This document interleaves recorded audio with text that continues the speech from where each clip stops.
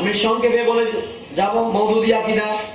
এ আমাদের দেশে আবুল আলা মওদুদি সাহেব, তিনি অনেকের কাছে পরিচিত ব্যক্তিত্ব।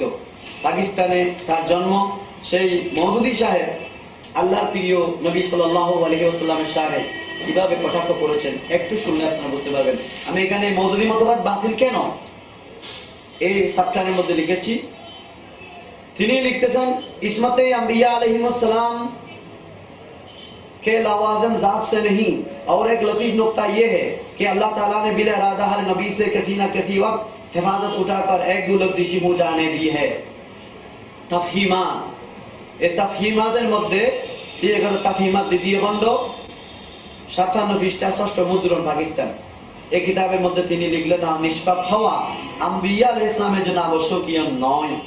এতে এমন একটি সূক্ষ্ম রহস্য বিদ্যমান আছে যে আল্লাহ তাআলা ইচ্ছাপূর্বক প্রত্যেক নবী থেকে কোনো না কোনো মুহূর্তে সেই হেফাজত উঠিয়ে নিয়ে তাদের থেকে দু একটি পদস্খলন হতে দেন বা গুনাহ হতে দেন। নাউযুবিল্লাহ মিন যালিক। এই কথায় তিনি আল্লাহর নবীদেরকে মাসুম থেকে, আল্লাহর নবী যারা নিষ্পাপ, এই কথা থেকে তিনি ফিরে আসলেন। তিনি আল্লাহর নবীরা মাঝে মাঝে গুনাহ করেন এই কথা বলতে তিনি দ্বিধা করলেন না। তিনি ইযা জা নাসরুল্লাহ ওয়াল ফাতহু আয়াতের ব্যাখ্যার মধ্যে ওয়াস্তাগফিরু ইন্নাহু কানা তাওয়াবা, আপনারা দেখুন এই 19তম খণ্ড তাফহিমুল কোরআন সূরা নসরের মধ্যে তিনি ওয়াস্তাগফিরু ইন্নাহু কানা তাওয়াবা তাফসীর করতে গিয়ে বলেছেন নবুয়তি দায়িত্ব পালন করতে গিয়ে আল্লাহর নবীর অনেক ভুল ত্রুটি হয়েছে, এজন্য আল্লাহ নবীকে মাফ চাইতে বলেছেন। নাউযুবিল্লাহ মিন যালিক। এই ভ্রান্ত মতবাদগুলো আবুল আলা মওদুদি সাহেব চতুর্দিকে প্রচার করতেছেন। তার এই ভ্রান্ত মতবাদ থেকে মুসলমানদেরকে অবশ্যই বেঁচে থাকতে হবে। আমরা এবং তাদের মধ্যে কোনো পার্থক্য নেই। নামাজ তারাও পড়ে, আমরা পড়ি, রোজা তারাও রাখে, আমরাও রাখি। সব আমলের ক্ষেত্রে কোনো পার্থক্য তাদের সাথে আমাদের নেই, কিন্তু আকীদার ক্ষেত্রে তাদের সাথে আমাদের প্রধান পার্থক্য হচ্ছে এখানে যে তারা রাসূল পাক সাল্লাল্লাহু আলাইহি ওয়াসাল্লামের শানে এমন কটূক্তি করে যেগুলো কোনো মানুষের অন্তরে স্থান পেলে ওই মানুষ মুসলমান থাকতে পারে না। সেই মুসলমানের গণ্ডি থেকে, ঈমানের গণ্ডি থেকে বেরিয়ে সে বেঈমান হয়ে যায়। সেজন্য আমি মুসলমানদের ঈমান আকীদাকে মজবুত করার জন্য মওদুদির আকীদাকে উপস্থাপন করলাম। দ্বিতীয় মওদুদি সাহেব আরেকটি কথা বললেন তার কিতাবের মধ্যে, সেই কিতাবটি এই রাসায়ে মাসাইল, এখানে তিনি মুসা আলাইহিস সালাম একটি গুনাহ করেছেন বলেছেন। এই কিতাবের 24 পৃষ্ঠা আমি আপনাকে দেখাচ্ছি। এই রাসায়েল মাসাইল আপনার বাংলা, এটা আবু সাইদ আবুল আলা মওদুদি সাহেব আধুনিক প্রকাশনী থেকে বের হয়েছে, শতাব্দী প্রকাশনী থেকে বের হয়েছে। আপনারা এটা ভালো করে পড়বেন। 24 পৃষ্ঠার মধ্যে মুসা আলাইহিস সালাম থেকে এটা বড় গুনাহ করেছিলেন। এভাবে নবীদের উপর গুনার ইলজাম দেওয়া, আল্লাহর নবীরা গুনাহ করেছেন বলা, এটা উম্মতের জন্য কত বড় বেয়াদবি, কত বড় গোস্তাখি আপনারা বুঝতে পারেন। তারপর আসুন, এটাও মওদুদির কিতাব, এটার নাম তাসদীদ ও ইহইয়ায়ে দ্বীন। এটার বাংলা রূপ হচ্ছে ইসলামী রেনেসাঁ আন্দোলন। আপনার আধুনিক প্রকাশনী থেকে বের হয়েছে ঢাকা। এই আধুনিক প্রকাশনীর থেকে প্রকাশিত ইসলামী রেনেসাঁ আন্দোলন বইয়ের মধ্যে মওদুদি সাহেব কত মারাত্মক আকীদা পোষণ করেন। जो लोग हाजती तलब करने के लिए अजमेर या सालाए मसूद की कब्र या ऐसे ही दूसरे मकामात पर जाते हैं, वो इतना बड़ा गुनाह करते हैं कि कत्ल और ज़िना का गुनाह उससे कमतर। तो মারাত্মক আকীদা। তিনি বলতেছেন যারা মনস্কামনা পূর্ণ করার জন্য আজমির অথবা সালারে মাসুদের কবরে বা এই ধরনের অন্যান্য স্থানে যায়, তারা এমন গুনাহ করে যে হত্যা ও ज़िना গুনাহ তার তুলনায় কিছুই নয়। অর্থাৎ তিনি বুঝাতে চাচ্ছেন ওলি আল্লাহদের জিয়ারত করা গুনাহ। কেমন গুনাহ? জেনা এবং হত্যার চাইতে মারাত্মক গুনাহ জিয়ারত। অথচ জিয়ারত করা মানুষ মনস্কামনা, মনের আশা পূরণ করণার্থে আল্লাহর ওলিদের মাজারে যাওয়া, ওলিদের দরবারে গিয়ে জিয়ারত করা, আল্লাহর দরবারে ওলিদের ওসিলা নিয়ে হাত তোলা, এটা সুন্নতে সাহাবায়ে কেরাম, সুন্নতে আউলিয়ায়ে কেরাম। আল্লাহ সাহাবীরা নবীর কাছে চেয়েছেন এবং আল্লাহর ওলিরা এভাবে একজন অপরজনের দরবারে গিয়ে চেয়েছেন। যেমন আমাদের মাযহাবের ইমাম যিনি ইমামে আযম আবু হানিফা রাহমাতুল্লাহি আলাইহি, তিনি এমন মাকামের ওলি ছিলেন। ইমামে শাফিঈ রাহমাতুল্লাহি আলাইহি বলেন, আমি যখন কোনো মুসিবতে পড়ে যাই, কোনো সমস্যায় পড়ে যাই, আমি তখন ইন্নী লা তাবাররাকু বিআবি হানিফা ওয়াজি ইলা কবরিহি ফাইদা উরিদাত হাজাতুন সাল্লাইতু রাকাতাইনি ওয়া সাআতুল্লাহ তাআলা ইনদা কবরি ফাতুদা সারিয়ান। আমি ইমাম আবু হানিফা রাহমাতুল্লাহির দরবারে আসি এবং বরকত হাসিল করি। আমার যখন কোনো হাজত হয় তখন ইমাম আবু হানিফা রাহমাতুল্লাহ মাজারে 2 রাকাত নামাজ পড়ে আল্লাহর দরবারে দোয়া করি, ফলে দ্রুত আমার হাজত পূর্ণ হয়ে যায়।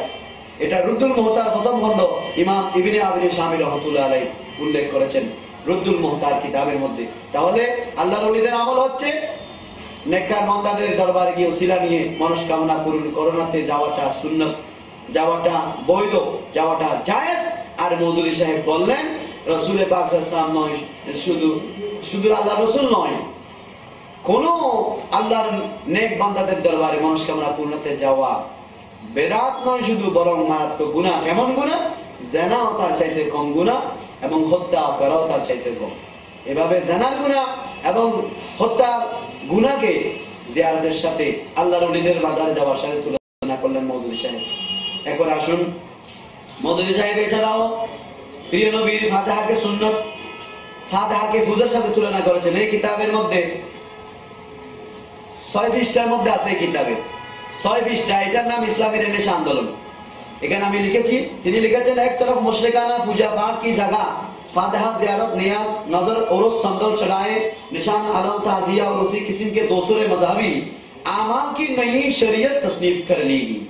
একদিকে মুশরিকদের নিয়ে পূজা অর্চনার পরিবর্তে ফাতিহা খানি জিয়ারত নজর নিয়াজ পুরুষ সাদত চলানো কাজে করা এবং এই ধরনের আরো অনেক ধর্মীয় কাজ সম্পর্কিত একটি নতুন শরীয়ত তৈরি করা হয়েছে। তসদিদ ও ইয়াহিদ্দিন ইসলামী রেনেসাঁ আন্দোলন আবুল আলা মওদুদী খ্রিস্টা সন, তিনি এখানে জিয়ারতকে মুশরিকদের পূজা অর্চনার সাথে তুলনা করেছেন। কেমন জঘন্য মতবাদ! আমার সুপ্রিয় মুসলমান ভাইদের বিবেকের কাছে আমি আঘাত করতে চাই। আমার ভাইরা দেখুন, মওদুদী সাহেব কত বড় মারাত্মক ভ্রান্ত আকীদা প্রকাশ করলেন। তিনি জিয়ারতের মতো গুরুত্বপূর্ণ একটি সুন্নতে মুস্তাফাকে মুশরিকদের পূজা অর্চনার সাথে তুলনা করলেন। নাউযুবিল্লাহি মিন যালিক। এভাবে আর অনেক তিনি এই কিতাবের মধ্যে আপনারা দেখতে, এই কিতাবের মধ্যে আর এই কথাও লিখেছেন, মিয়ারে হক তো সির্ফ আল্লাহ का कलाम है और उसके रसूल की सुन्नत है, সাহাবা মিয়ারে হক নেই।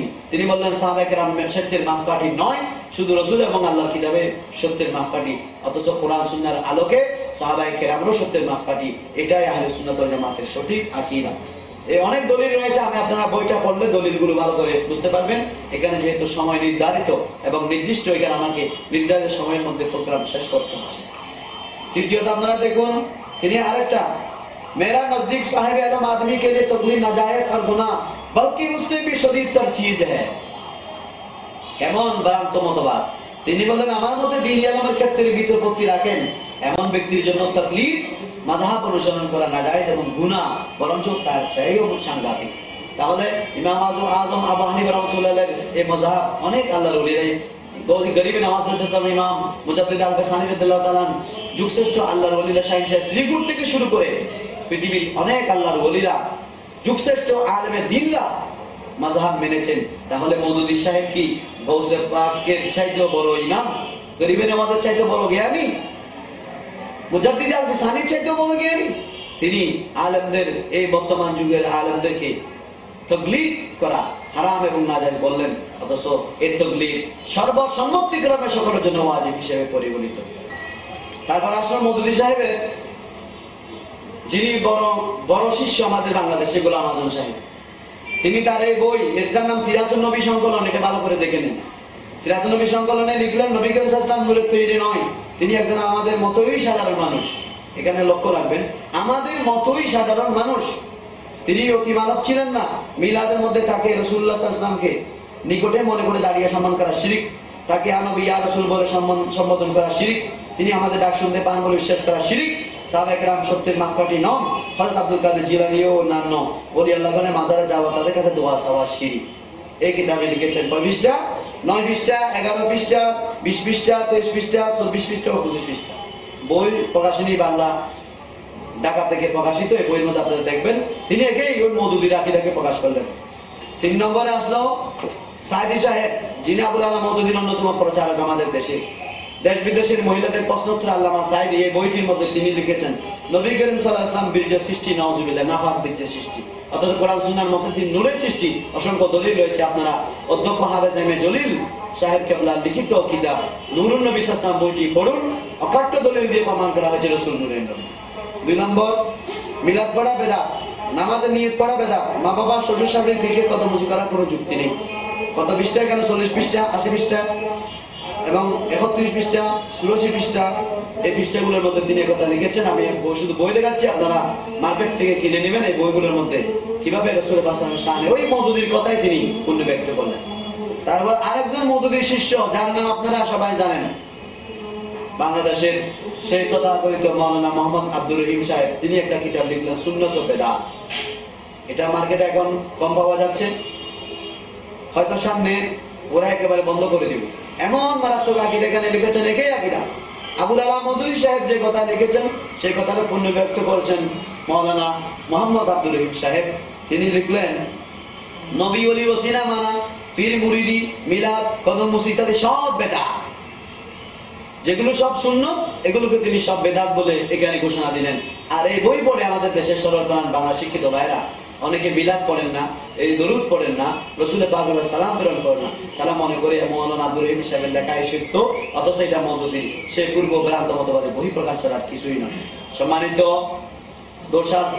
দর্শক শ্রোতাবিন্দু, আমরা এখন চলে যাচ্ছি।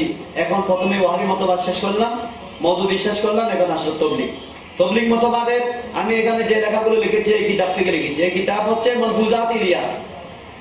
তবলিগের প্রতিষ্ঠাতা, তবলিগ জামাতের যিনি প্রতিষ্ঠাতা, তিনি হচ্ছেন হযরত মাওলানা মোহাম্মদ ইলিয়াস মেয়তি, ভারতের মেয়ত নামক জায়গার বাসিন্দা। তিনি এই কিতাবে যেগুলো লিখেছেন আমি এখানে লিখেছি। তিনি বলেছেন, এই তবলিগ আমার উপর স্বপ্নে প্রাপ্ত, আমি স্বপ্নে তবলিগ পেয়েছি, আমার মাথার মধ্যে ফুসকি ছিল। যেমন তিনি বলেছেন এই কিতাবে, দেখুন, আজকাল ख्वाब में मुझ पर उलूम सहीहा का इल्का होता है, इसलिए कोशिश करो मुझे नींद ज्यादा आए। उसकी की वजह से नींद कम होने लगी थी, तो मैंने हकीम साहब और डॉक्टर के मशवरे से सर में तेल मालिश कराई, जिससे नींद में तरक्की होगी। आपने फरमाया कि इस तबलीग का तरीका भी मुझ पर ख्वाब में मुनकशफ हुआ। তিনি এখানে লিখেছেন, আমার মাথার মধ্যে খুশকি ছিল, ডাক্তারের পরামর্শ তেল দিয়েছি, এখন ভালো ঘুম হচ্ছে, তোমরা আমাকে আরো ঘুমাও, আরো ঘুম যেতে সহায়তা করো, যাতে আমি আরো ভালো ভালো স্বপ্ন দেখি। এই তরিকা আমি স্বপ্নে পেয়েছি, তবলিগের তরিকা, এই তরিকা স্বপ্নে পেয়েছি। ইসলামে উসুল হচ্ছে 5টা, তিনি আরো 3টা যোগ করে 6টা উসুল বানিয়ে 6 উসুলের তবলিগ দিয়ে সারা বিশ্বের মুসলমানদেরকে আজকে ওয়াহাবী মতবাদে দীক্ষিত করতেছে। ওয়াহাবী মতবাদের একটি এজেন্ট হচ্ছে তবলিগ জামাত। এটা দলিল হচ্ছে তাদের কিতাব, আপনারা দেখুন এর রাহবার, তবলিগের কিতাব এর রাহবারের মধ্যে ওয়াহাবীদের যে আকীদা, সেই আকীদাগুলো প্রচার করা হয়েছে। এখানে বলা হয়েছে রাসূলের পাক সাল্লাল্লাহু আলাইহি ওয়াসাল্লামের শানে মিলাদ শরীফ পড়া, এই জশ্নে জুলুস ঈদ মিলাদুন নবী করা, আল্লাহর নবীর উপর এই দরুদ সালামের মাধ্যমে জুলুস করা, বারে রবিউল আউয়াল উদযাপন করা সব বেদাত। তাহলে ওয়াহাবীদের আকীদা যেটা, মওদুদীদের আকীদা যেটা, সেটা পূর্ণ ব্যক্ত করেছেন এই রাহবার কিতাব, এই তবলিগের ঈমানী